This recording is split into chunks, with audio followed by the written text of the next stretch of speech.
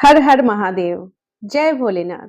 आप सभी पर भोलेनाथ और माता पार्वती का आशीर्वाद सदैव बना रहे। आज सोमवार के दिन सुनिए सोमवार व्रत की संपूर्ण कथा। पौराणिक कथा के अनुसार अमरावती नगर में एक धनी व्यापारी रहा करता था। दूर दूर तक उसका व्यापार फैला हुआ था। नगर में उस व्यापारी का सभी लोग मान सम्मान करते थे। इतना सब कुछ होने पर भी वह व्यापारी मन से बहुत दुखी था, क्योंकि उस व्यापारी का कोई पुत्र जो नहीं था। दिन रात उसे बस एक ही चिंता सताती रहती थी कि उसके मृत्यु के बाद उसके इतने बड़े व्यापार और धन संपत्ति को कौन संभालेगा। पुत्र प्राप्ति की इच्छा से वह व्यापारी हर सोमवार भगवान शिव की व्रत और पूजा किया करता था। शाम को वह व्यापारी शिव मंदिर में जाकर भगवान शिव के सामने घी का दीपक भी जलाता था। उस व्यापारी की भक्ति देखकर एक दिन देवी पार्वती ने भगवान शिव से कहा, हे प्रभु, ये व्यापारी आपका सच्चा भक्त है। कितने दिनों से ये सोमवार का व्रत और पूजा नियमित कर रहा है। भगवान, आप इस व्यापारी की मनोकामना अवश्य पूर्ण करें। अतः भगवान शिव ने मुस्कुराते हुए कहा, हे पार्वती, इस संसार में सबको उसके कर्मों के अनुसार फल की प्राप्ति होती है।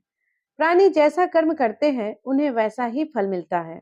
इसके बाद भी देवी पार्वती ने नहीं मानी। उन्होंने बार बार आग्रह करते हुए कहा, हे महादेव, हे प्रभु, आपको इस व्यापारी की इच्छा पूरी करनी ही पड़ेगी। ये आपका अन्याय भक्त है। हर सोमवार आपका विधिवत पूजा करता है और पूजा अर्चना के बाद आपको भोग लगाकर एक समय ही भोग भी ग्रहण करता है। आपको इसे पुत्र प्राप्ति की वरदान तो देना ही होगा। देवी पार्वती का इतना आग्रह देखकर भगवान शिव ने कहा, देवी, तुम्हारे आग्रह पर मैं इस व्यापारी को पुत्र प्राप्ति का वरदान देता हूँ, लेकिन इसका पुत्र 16 वर्ष से अधिक जीवित नहीं रहेगा। उसी रात भगवान शिव ने स्वप्न में उस व्यापारी को दर्शन देकर उसे पुत्र प्राप्ति का वरदान दिया और उसके पुत्र के 16 वर्ष तक जीवित रहने की बात भी बताई। भगवान के वरदान से उस व्यापारी को खुशी तो हुई, लेकिन अल्प आयु की चिंता से उस खुशी को नष्ट कर दिया। व्यापारी अब भी पहले की तरह सोमवार का विधिवत व्रत करता था। कुछ महीने पश्चात उसके घर में एक बहुत ही सुंदर पुत्र का जन्म हुआ। पुत्र जन्म से व्यापारी के घर में खुशियां भर गई। बहुत धूमधाम से पुत्र जन्म का समारोह मनाया गया। व्यापारी को पुत्र जन्म की खुशी नहीं हुई, क्योंकि उसे पुत्र की अल्प आयु के रहस्य का पता था, लेकिन यह खबर घर के किसी और सदस्य को मालूम नहीं था। विद्वान ब्राह्मणों ने उस पुत्र का नाम अमर रखा। जब अमर 12 वर्ष का हुआ तो शिक्षा के लिए उसे वाराणसी भेजने का निश्चय किया गया। व्यापारी ने अमर के मामा दीपचंद को बुलाया और कहा कि अमर को शिक्षा प्राप्त करने के लिए वाराणसी छोड़कर आओ। अमर अपने मामा के साथ शिक्षा प्राप्त करने के लिए चल दिया। रास्ते में जहां भी अमर और दीपचंद रात्रि विश्राम के लिए ठहरते, वहीं यज्ञ करते और ब्राह्मणों को भोजन भी कराते थे। लंबी यात्रा के बाद अमर और दीपचंद एक नगर में पहुंचे। उस नगर के राजा की कन्या की विवाह की खुशी में पूरे नगर को सजाया गया था। निश्चित समय पर बारात आ गई, लेकिन वर के पिता को अपने बेटे के एक आंख से काना होने के कारण चिंता था। उसे इस बात का भय सता रहा था कि राजा को इस बात का पता चलने पर कहीं वे विवाह से इनकार न कर दें। इससे उसकी बदनामी होगी। वर के पिता ने अमर को देखा तो उसके मस्तिष्क में एक विचार आया। वर के पिता ने सोचा, क्यों न इस लड़के को दूल्हा बनाकर राजकुमारी से विवाह कर दूं। विवाह के बाद इसको धन देकर विदा कर दूंगा और राजकुमारी को अपने नगर में ले जाऊंगा। वर के पिता ने इस बारे में अमर और दीपचंद से बात की। दीपचंद ने धन मिलने के लालच में वर के पिता की बात स्वीकार कर ली और अमर को दूल्हे का वस्त्र पहनाकर राजकुमारी चंद्रिका से विवाह करा दिया। राजा ने बहुत सारा धन देकर राजकुमारी को विदा करने जा रहा था। तभी अमर जब लौट रहा था, तब वह सच नहीं छुपा सका और उसने राजकुमारी के चुंदरी पर लिख दिया, राजकुमारी चंद्रिका, तुम्हारा विवाह मेरे साथ हुआ था। मैं तो वाराणसी में शिक्षा प्राप्त करने जा रहा हूँ। अब तुम्हें जिस नवयुवक की पत्नी बनना पड़ेगा वे कान्हा है।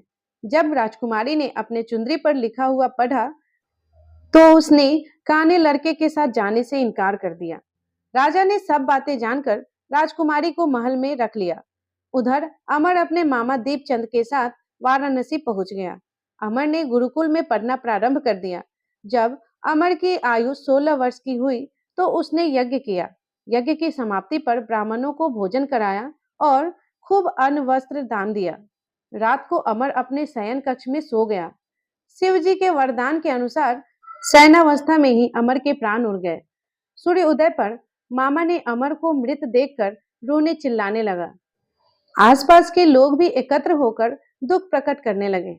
मामा के रोने के विलाप करने से स्वर समीप से गुजरते हुए भगवान शिव और माता पार्वती ने भी सुनी। तब माता पार्वती ने भगवान से कहा, प्राणनाथ, मुझसे इसके रोने का स्वर सहन नहीं हो रहा है। आप इस व्यक्ति के कष्ट को अवश्य दूर कीजिए।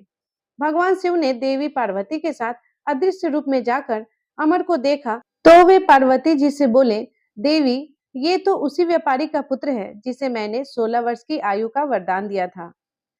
आज इसकी आयु पूरी हो गई।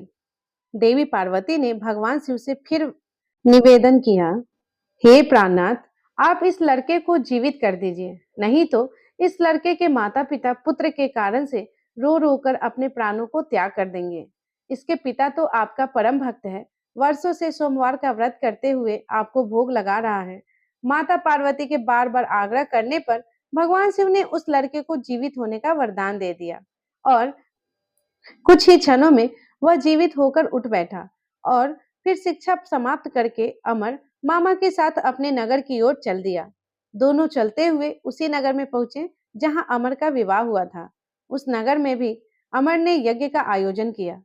समीप से गुजरते हुए नगर के राजा ने यज्ञ का आयोजन देखा। तब राजा ने अमर को तुरंत पहचान लिया।